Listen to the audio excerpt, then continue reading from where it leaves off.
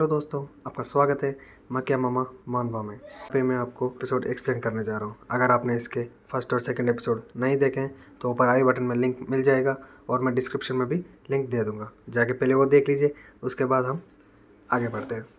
चलिए शुरू करते हैं। पिछली वीडियो में हमने देखा था मॉन्क मूजिन को 7 दिन की मोहलत देता है कि अपने तरीके से ट्रेन करे और उस तरीके को साबित करे मूगंग के साथ फाइट करके। तभी हमें दिखाया जाता है मूजिन स्क्वाट्स कर रहा होता है। उसे दूसरा इंस्ट्रक्टर देख के पूछता है, मूजिन तुम इस वर्क हमारे सेशन के बीच में ये अलग एक्सरसाइज क्यों कर रहे हो? तभी मूजिन बोलता है, मॉन्क हाई यूंग ने मुझे परमिशन दी है, क्या आप उससे भी रैंकिंग में बड़े हैं जो कि उनका परमिशन टालने की कोशिश कर रहे हैं? तभी हमें मू यंग दिखाए जाते हैं जो कि बोल रहे होते हैं, एक प्रॉमिस हमेशा प्रॉमिस होता है, उसे कभी भी तोड़ा नहीं जाता, चाहे वो बच्चे को दिया जाए या बड़े को। तभी वो डिसिप्लिन बोलता है, जी सर समझ गया। और हमारा मूजिन स्क्वाट्स कर रहा होता है और सबको बोल रहा होता है। तभी हमारा मूजिन सबको बोल रहा होता है कि एक्सरसाइज करने का सही तरीका नहीं है, तुम लोग बस अपने घुटने फोड़ रहे हो, तुम लोग अभी बच्चे हो, अगर तुम्हारे घुटने अभी ख़राब हो गए तो इसका जिम्मेदार कौन होगा?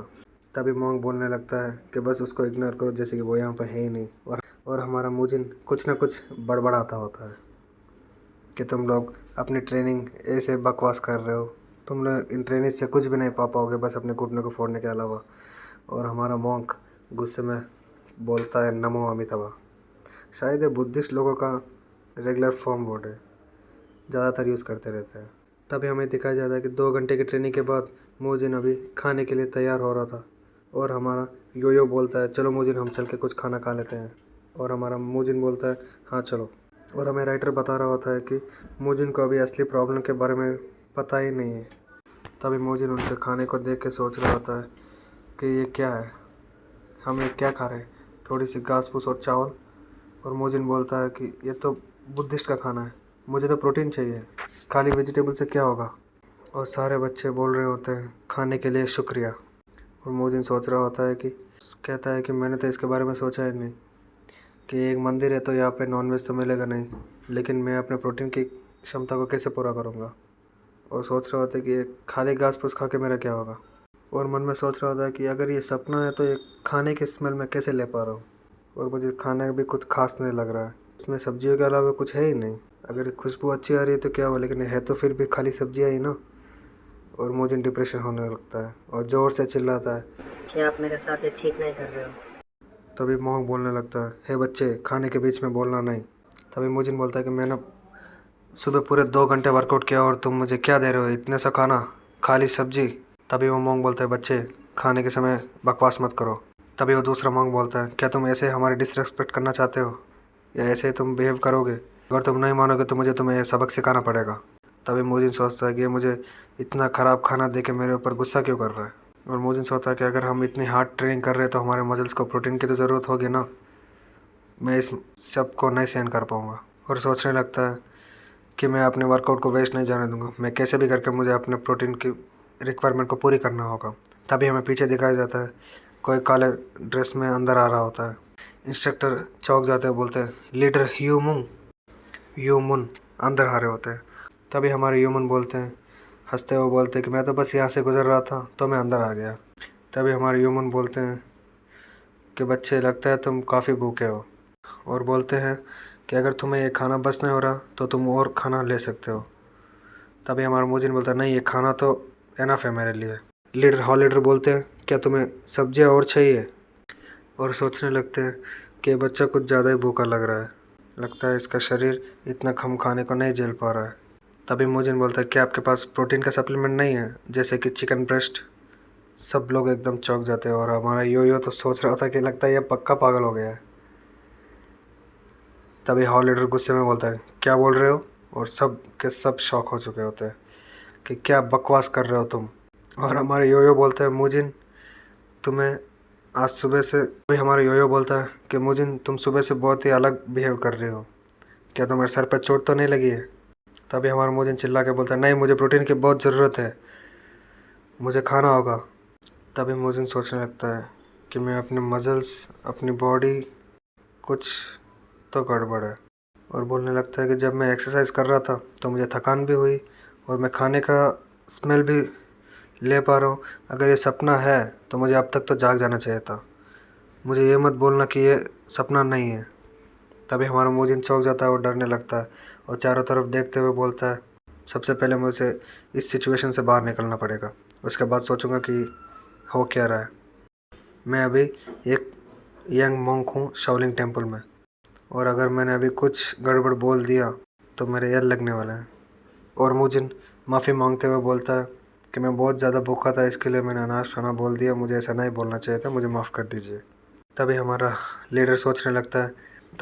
हॉल लीडर सोचने लगते हैं कि बच्चे ने कुछ ज़्यादा ही हार्ड ट्रेनिंग कर ली है।